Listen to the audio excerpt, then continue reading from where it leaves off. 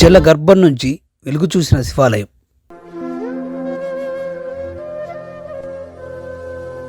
రామప్ప రామలింగేశ్వర ఆలయం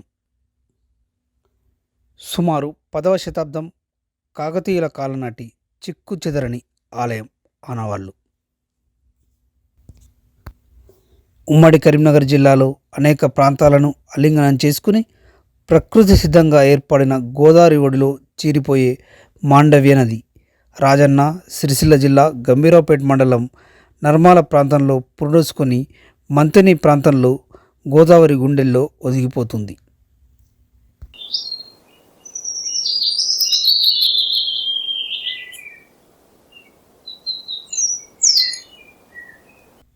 రాజన్న సిరిసిల్ల జిల్లాలో రాష్ట్రకూటుల శాతవాహనుల నుంచి చాళుక్యులు కాకతీయుల వరకు చారిత్రక పరిణామ క్రమంలో ఎన్నో రాచరికపు ఆయా కాలాలకు సంబంధించిన సాంస్కృతిక వారసత్వ జ్ఞాపకాలను పదిలం చేసిన మానేరు తీర ప్రాంతంలో వెలిసిన అనేక ఆలయాలు మధ్య మానేరు జలాశయ గర్భంలో కలిసిపోయాయి.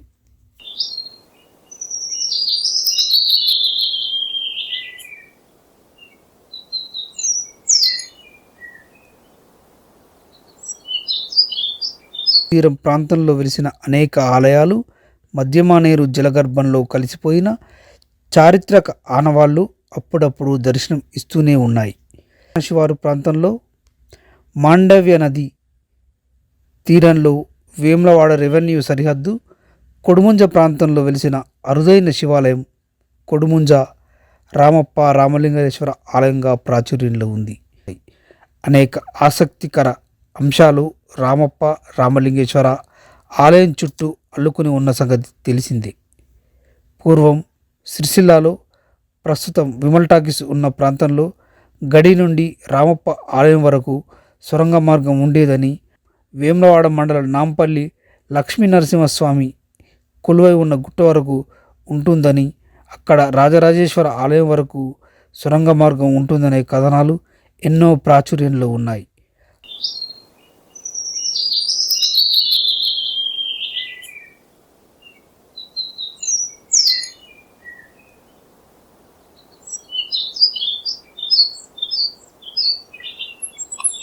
రామప్ప గుట్టపై భాగంలో సొరంగ మార్గాన్ని ప్రస్తుతం మూసేశారు.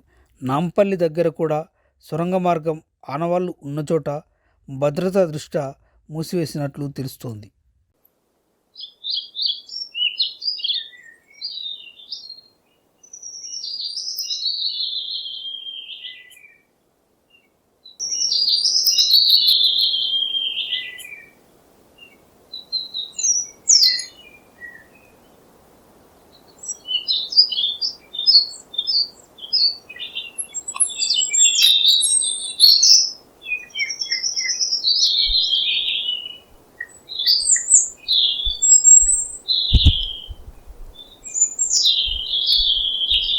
గర్భం నుంచి ఆలయం మరోసారి దర్శనం ఇస్తుంది. బహుశా వరంగల్ జిల్లాలో కొలువై ఉన్న రామప్ప ఆలయం చుట్టూ పోలి ఉన్న కథనాలు ఈ ఆలయం చుట్టూ అల్లుకుని ఉంటాయి.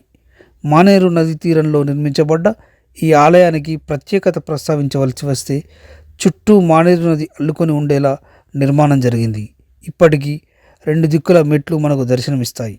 మరో 2 దిక్కుల మెట్లు కనుమరుగై కొన్ని ఆనవాళ్లు మాత్రం కనిపిస్తుంటాయి. 200 సంవత్సరాలు రామప్ప రామలింగేశ్వర ఆలయం ఎంతో ప్రాచుర్యంలో ఉండేదని తెలుస్తుంది. రామప్ప గుట్ట ఆలయ సమీపంలో గుట్ట పాదాల వద్ద శివాలయం పూర్తిగా శిథిలమైనట్టు కనిపిస్తుంది. ఇక్కడ శివలింగం వేములవాడ భీమన్న ఆలయంలో ఉన్న లింగాన్ని పోలి ఉంటుందని గ్రామస్తులు తెలిపారు. ప్రస్తుతం ఇక్కడ ఆలయం ఆనవాళ్లను కోల్పోయిన పరిస్థితిలో ఉంది. కొంచెం పైకి వెళ్తే సొరంగ మార్గం ఉన్న చోట కొంచెం దగ్గరలో రాతిపై చెక్కిన శిల్పాలు కొన్ని దర్శనమిస్తాయి. చెరిగిపోని ఎన్నో చారిత్రక ఆనవాళ్లను ఇప్పటికీ రామప్ప గుట్ట తన ఒడిలో భద్రం చేసి ఉంచింది.